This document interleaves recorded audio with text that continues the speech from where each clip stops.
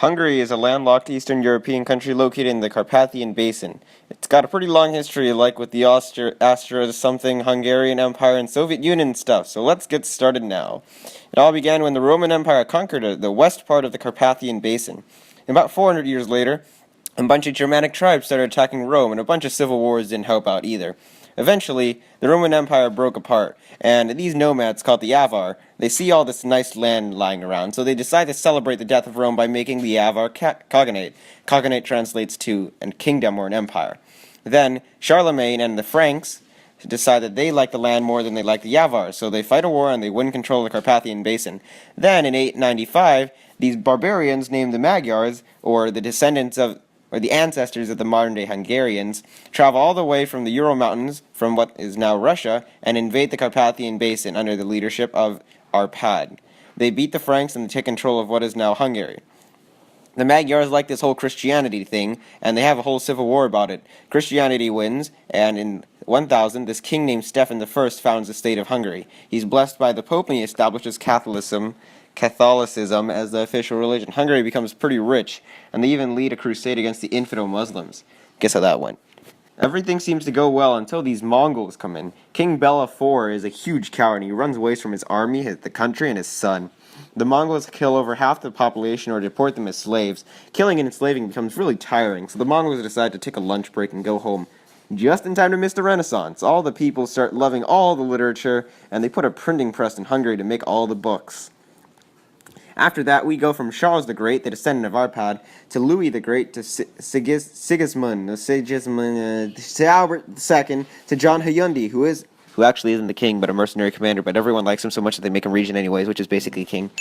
To Matthias Corvinus, and then to no one. Meanwhile, the Ottoman Empire is getting really big, and the nobles are too busy worrying about their own power to care. King Matthias is an absolute ruler and exercises a lot of power over the nobles to make reforms. The nobles don't like that, so they invite King Vladislaus to come rule, and they call him King Dobze, because Dobze means okay, because that was what he said whenever the nobles asked him to sign a paper.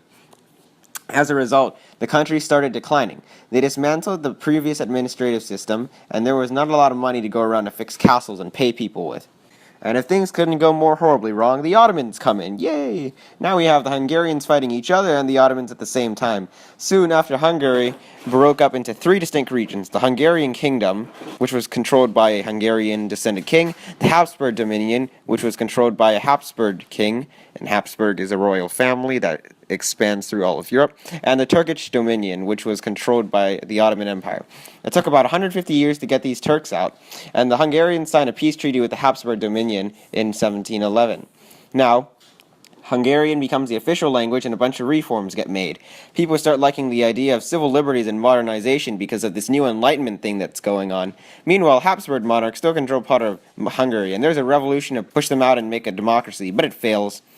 Later, in 1867, the Hungarians signed an agreement with Ferenc Dék of the Habsburgs, a momentous decision that makes Austria-Hungary. Alright, folks, we're done. Ha! Psych! World Wars! Austrian Archduke Ferdinand gets assassinated, and since Austria and Hungary are together forever, now Hungary gets to help fight a war. Guess what happens? They end up losing and they break up with Austria.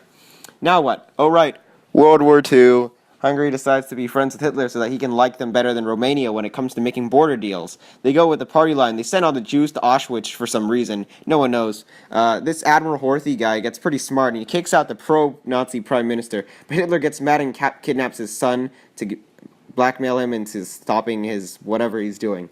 Back to deportation. Finally, Hungary decides to sign a peace treaty with Russia and stop fighting. The Soviet Union turns Hungary into a communist state, and they get the wonderful Red Star hammer and sickle. After a while, people start to revolt because a lot of people are getting executed and in prison left and right. People overthrow the socialist government, and they create a democracy. They form a democratic republic, which remains to this day in the state of Hungary. Yay, that was pretty fun, right?